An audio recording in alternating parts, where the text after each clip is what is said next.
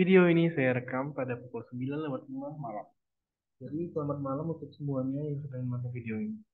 Nah, video ini akan berisi penjelasan tentang form first order logic dalam topik deduction yang Hilbert system. Nah, ini mengacu pada slide perkuliahan kita di TEDL ya. Nah, jadi di Hilbert system ini kita itu menggunakan aksioma-aksioma dan aturan inferensi. Nah, aksioma ini, aksioma 1 sampai 3 ini udah kita temuin di proportional logic ya yang kita belajar sama Bu ini. Nah, bedanya kita tetap ditambahin nih aksioma 4, aksioma 5 dan aturan inferensi yang dimana aturan inferensi itu ada dua. Ada modus ponens sama generalisasi. Nah, modus ponens itu kalau ada suatu yang bernilai benar A maka B, terus diketahui bernilai benar si A. Maka kesimpulan yang bisa kita ambil si B bernilai benar juga. Nah, generalisasi itu kalau ada A dengan variabel bebas A bernilai benar, maka untuk semua X dari A, X itu juga bernilai benar. Nah, di sini juga ada aturan deduksi, ya, di mana kalau ada U digabung sama himpunan A, nah nilai B itu bernilai benar.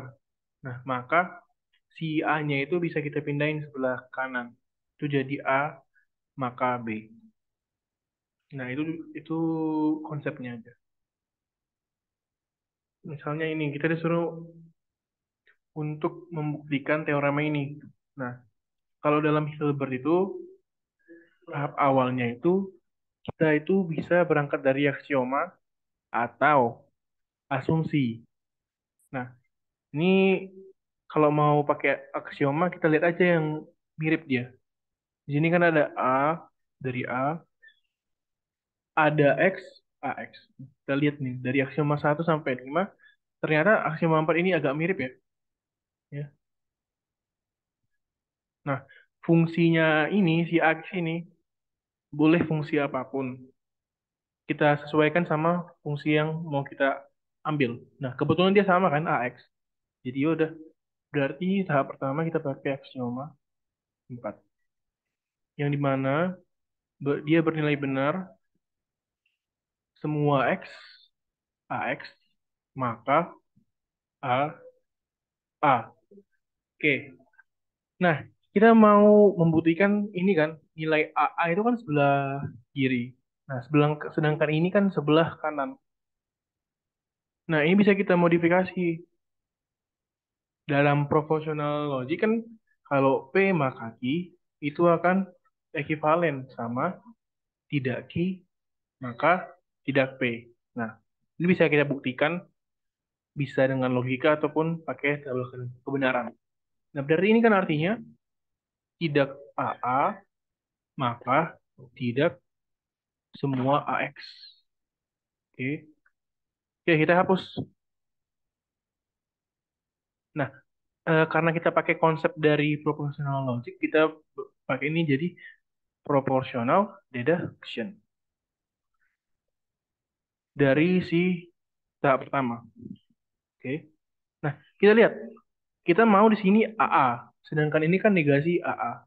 Berarti tahap pertama ini perlu kita modifikasi fungsinya ini. Oke. Nah, supaya dia ini nggak negasi, maka dalam aksioma 4 ini, si AX ini kita substitusikan aja jadi negasi AX. Berarti kan ini artinya kalau dia negasi AX, maka dia negasi AA. Oke, berarti aksioma 4-nya kita ubah.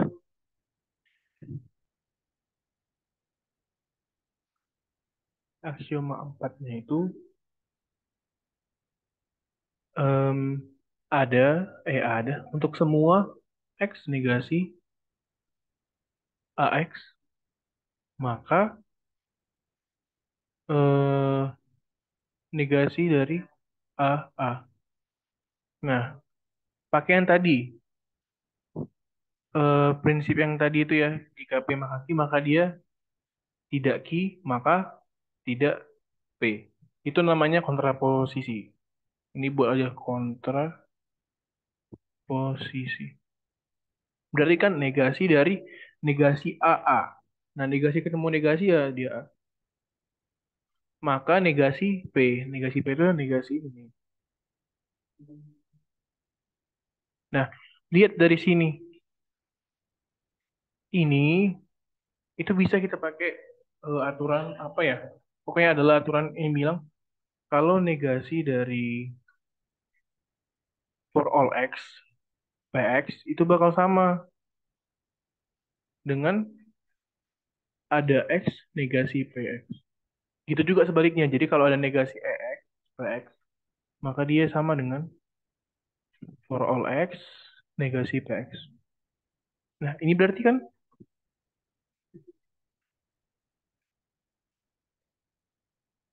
berarti ini jadi ini AA bakal sama dengan there are exist x negasi dari si ini, negasi AX. Nah, negasi ketemu negasi dia hilang ya.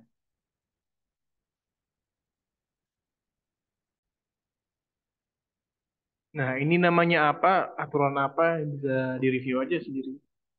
Entah itu agama, entah agama atau apa ya. Pokoknya inilah misalnya ini definisi dari si E atau definisi dari si negasi A. Nah, nah kalau ini udah terbukti, ya udah selesai. Congratulations. Karena ini udah terbukti, ini ditetapkan sebagai teorema. Jadi ini bisa kita pakai. Nah, sekarang yang ini, teorema 8.15. Kita lihat dari, kan kita berangkat bisa dari asumsi atau dari aksioma. Nah, kita lihat dari aksioma 1 sampai 5, yang agak-agak mirip itu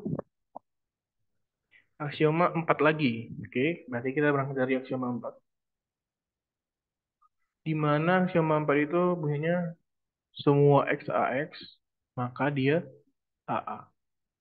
Nah, masalahnya di sini, kedua ini dia itu mempunyai variabel yang terikat. Terikat itu artinya dia ada quantifier-nya.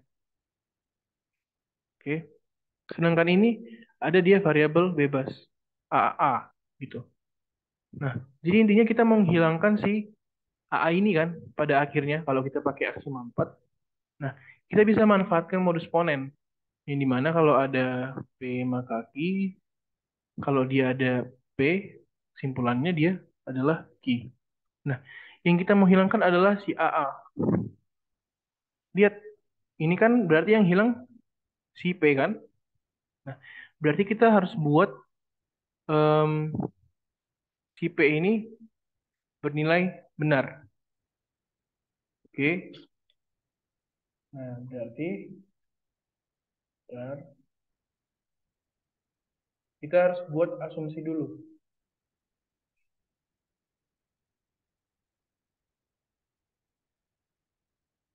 Nah, kalau kita mau buat asumsi, buat asumsinya itu yang masuk akal atau eh, dia itu udah pasti kebenarannya. Oke. Nah, kita kan menghilangkan ini.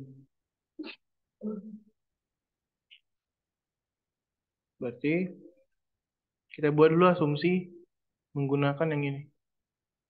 Jadi for all x AX, dia bernilai benar untuk for all x AX. Nah, ini kan dia udah pasti bernilai benar untuk dirinya sendiri kan.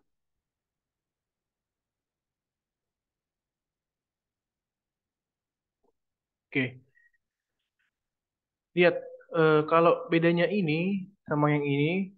Nah, ini kan ada. Ini artinya yang sebelah kanan itu bernilai benar untuk interpretasi yang sebelah kiri. Nah, kalau yang ini artinya yang sebelah kanan udah bernilai benar untuk apapun itu. Oke. Nah, supaya dia seragam,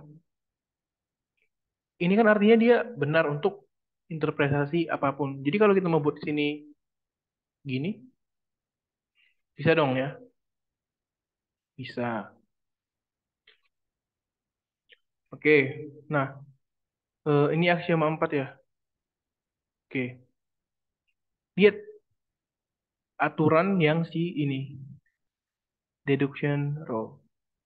Kalau ada U gabung A, di mana B itu bernilai benar, itu bisa kita simpulkan jadi A maka B benar pada U. Oke, anggap ini, bentar, ini U benar-benar A maka B, ya kan? Ini dia. Nah, ini juga bakal bernilai sama kalau kita buat ke atasnya. U gabung A benar-benar si B-nya. Berarti ini artinya U gabung A, B-nya benar. Oke. Artinya si A-nya ini kita pindahin kan ke sebelah kiri. Ini kita pindahin ke sebelah kiri. Nah, artinya dia bakal ketemu sama dirinya sendiri. Semua XAX gabung sama semua XAX ya tetap aja dia semua XAX. Jadi dia gini.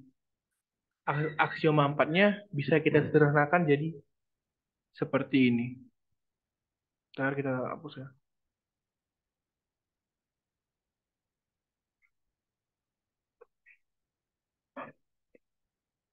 Oke, nah sekarang kita lihatlah yang ini. Ini kan tadi gue bilang karena ini udah terbukti berarti dia bisa kita gunakan sebagai teorema. Oke, nah berarti tadi dia bernilai benar AA maka ada X AX. Nah, apakah dia harus pakai ini? Nggak harus. Ya. Jadi kalau ada cara lain nggak boleh. Tapi inilah cara aku. Pakailah yang teorema. Ini kan dia udah benar-benar ya untuk semua interpretasi. Nah, supaya seragam aku mau buat dia benar-benar pada interpretasi ini. Sah-sah aja dong. Karena dia udah benar-benar untuk semuanya. Berarti ini juga dia betul. Oke. Lalu, nah tujuan kita kan ini ya. Nah, aku pakai teorema ini karena ada muncul yang ini.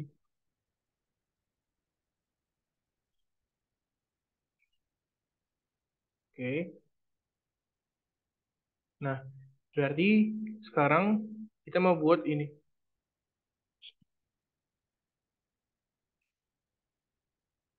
Nih.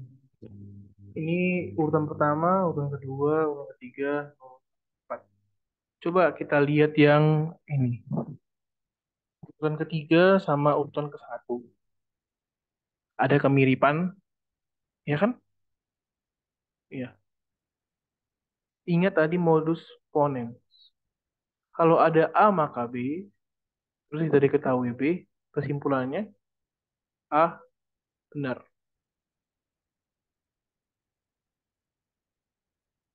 Duh, gimana ya ngapusnya?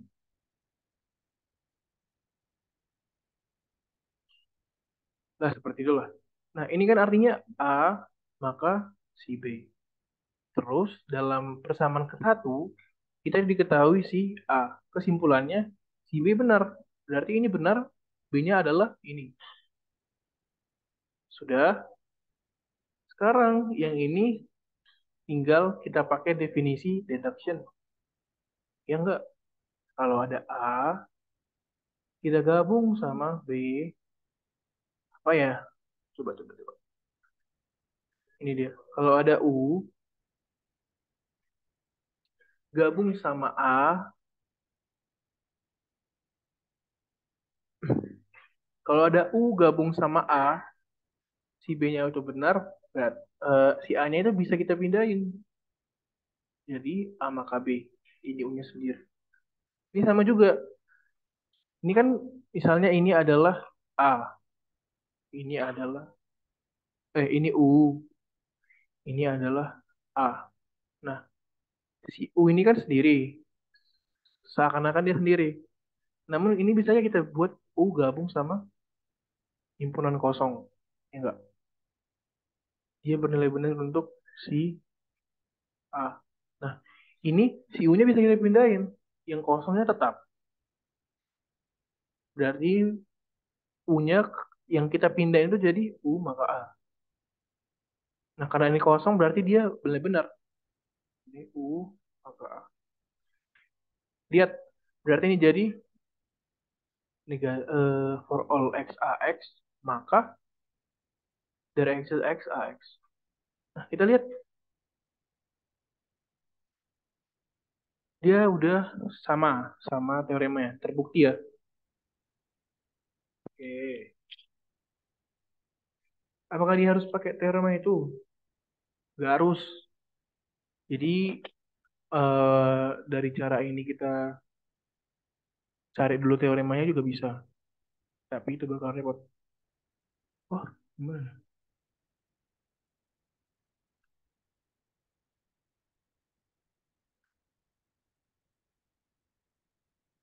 Wah, jadi kotor. Bentar.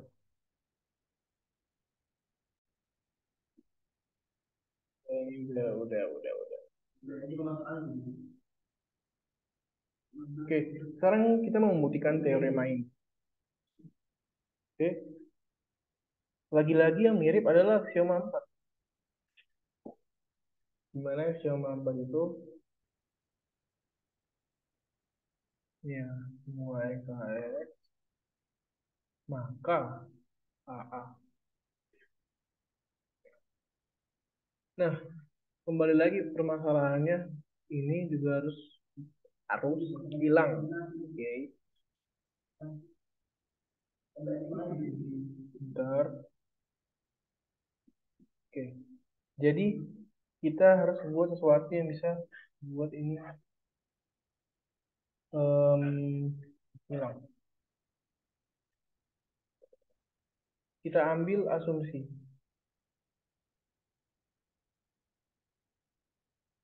Oke. Biasanya yang diambil asumsi itu yang di sebelah ini. Nah, enggak. Nanti asumsi itu kalau pakai pola sebelumnya pasti yang sebelah kiri. Yang dimana nanti pada ujung-ujungnya sebelah kiri akan kita pindahkan ke kanan.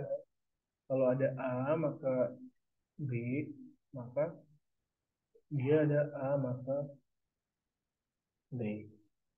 Oke, kita ambillah berarti asumsinya semua X, AX, maka BX bernilai benar untuk si Anu.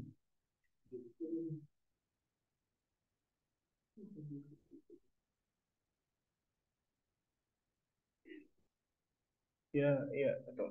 Nah, lagi-lagi si ini juga belum mirip sama aksioma 4, ya kan? Dia nggak ada yang variabel bebas. Maka tambahin aja ini. Semua X, AX, maka BX kita buat koma. Oke, kita gabung sama yang ini, bukan kiri. Semua X, AX benar-benar untuk semua X, BX. Oke, inilah asumsi kita yang kita ambil. Oke, jadi ini dihapus dulu. Wah, ini gimana? Eh, waduh.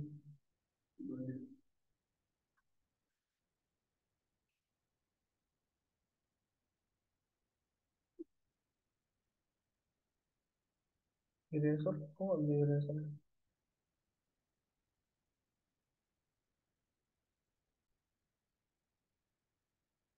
Maaf ya, tadi ada kendala. Ini pasti videonya bakal jadi lama. Nah, jadi tadi asumsinya kita ambil adalah semua X, AX, maka BX, lalu ada semua X, AX, bernilai benar untuk si semua X, B.